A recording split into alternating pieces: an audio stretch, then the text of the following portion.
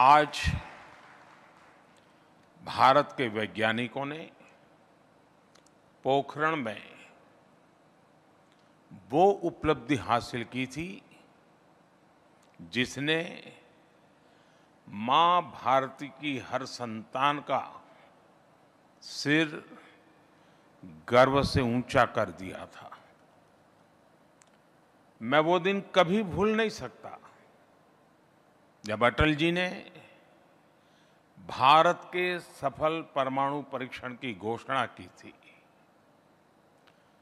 पोखरण परमाणु परीक्षण के जरिए भारत ने न केवल अपने वैज्ञानिक सामर्थ्य को साबित किया, बल्कि भारत के वैश्विक कद को एक नई ऊंचाई भी दी थी।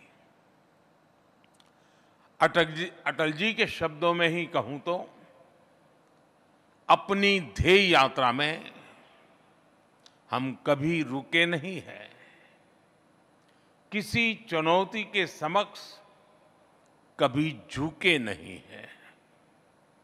मैं सभी देशवासियों को आज के दिन की नेशनल टेक्नोलॉजी डे की बहुत बहुत शुभकामनाएं देता हूं।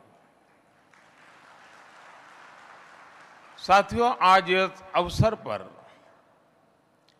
कई फ्यूचरिस्टिक इनिशिएटिव्स का लोकार्पण और शिलान्यास भी हुआ है।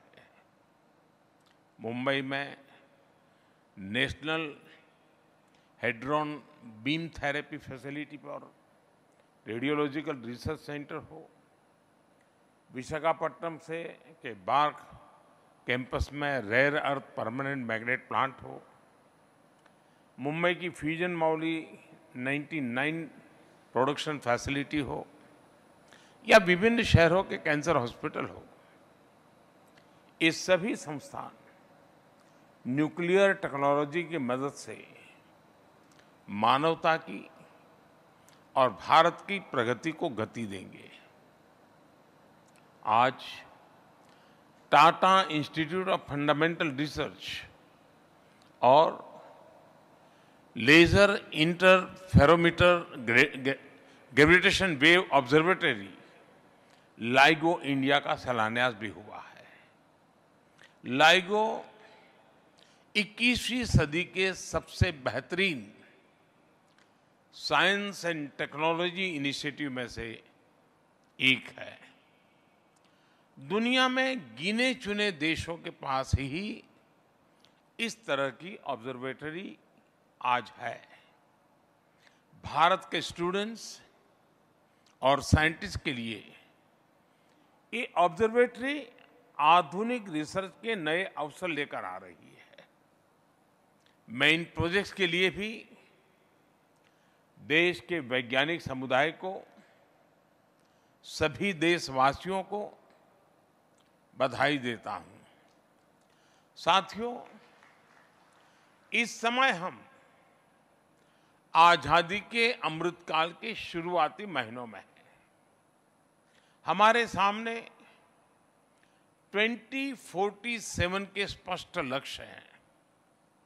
हमें देश को विकसित बनाना है, हमें देश को आत्मनिर्भर बनाना है। भारत की इकोनॉमिक ग्रोथ हो, सस्टेनेबल डेवलपमेंट गोल हो, या फिर इनोवेशन के लिए एक इंक्लूसिव इकोसिस्टम का निर्माण करना हो, टेक्नोलॉजी कदम कदम पर हमारे लिए जरूरी है। और इसलिए आज भारत एक नई सोच के साथ 360 डिग्री होलिस्टिक अप्रोच के साथ इस क्षेत्र में आगे बढ़ रहा है। भारत टेक्नोलॉजी को अपना दबदबा कायम करने का माध्यम नहीं, बल्कि देश की प्रगति को गति देने का एक टूल मानता है। और मुझे ये देखकर बहुत अच्छा लगा कि इस बार की theme school to startups igniting young minds to innovate, ये रखा गया है। आजादी के इस अमृत काल में भारत का भविष्य हमारी आज की युवा पीढ़ी, हमारे आज के स्टूडेंट्स ही तय करेंगे।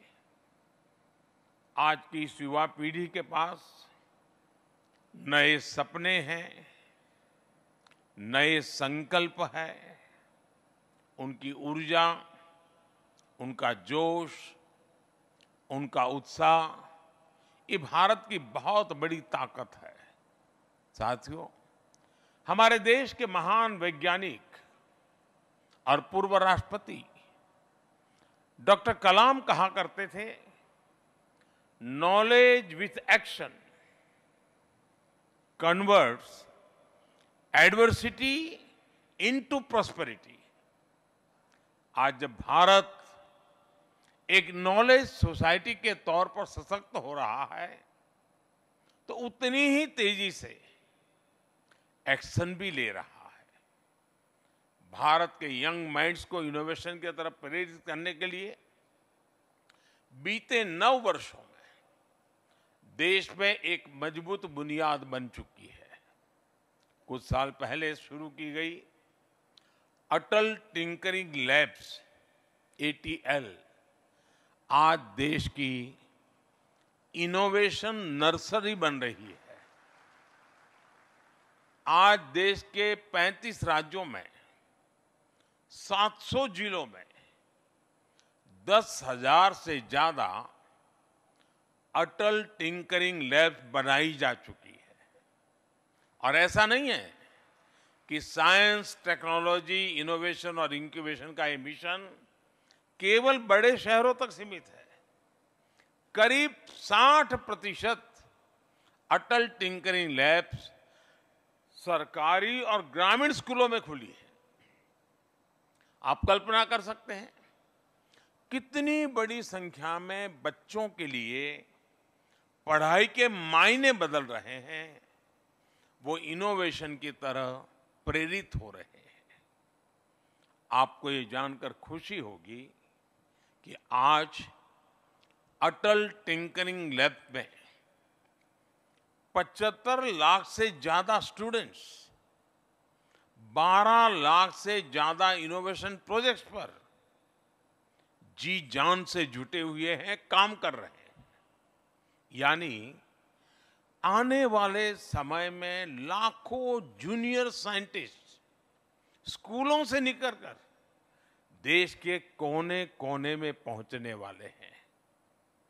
इनकी हैंड होल्डिंग करना, हर तरह से मदद करना, इनके आइडियाज को इम्प्लीमेंट करने में सहायता देना, ये हम सभी का बहुत बड़ा दायित्व है। आज सैकड़ों की संख्या में स्टार्टअप्स ऐसे हैं जिनका इंक्यूबेशन अटल इनोवेशन सेंटर्स में हुआ है। अटल टिंकरिंग लैब की ही तरह अटल इनोवेशन सेंटर्स AICs भी न्यू इंडिया के लेबोरेटरी बनकर उभर रहे हैं। आप देखिएगा, भारत के ये टिंकरप्रेन्योर्स, एंटरप्रेन्योर्स हम देखते थे, ये टिंकरप्रेन्योर्स हैं। कल ये लीडिंग एंटरप्रेन्योर्स बनने वाले हैं। साथियों, महर्षि पतंजलि का एक सूत्र है, परमाणु परम महत्व अंतः अस्य वशीकारः। यानी जब हम किसी लक्ष्य के लिए पूरी तरह समर्पित हो जाते हैं तो परमाणु से लेकर ब्रह्मांड तक सब कुछ वश में आ जाता है।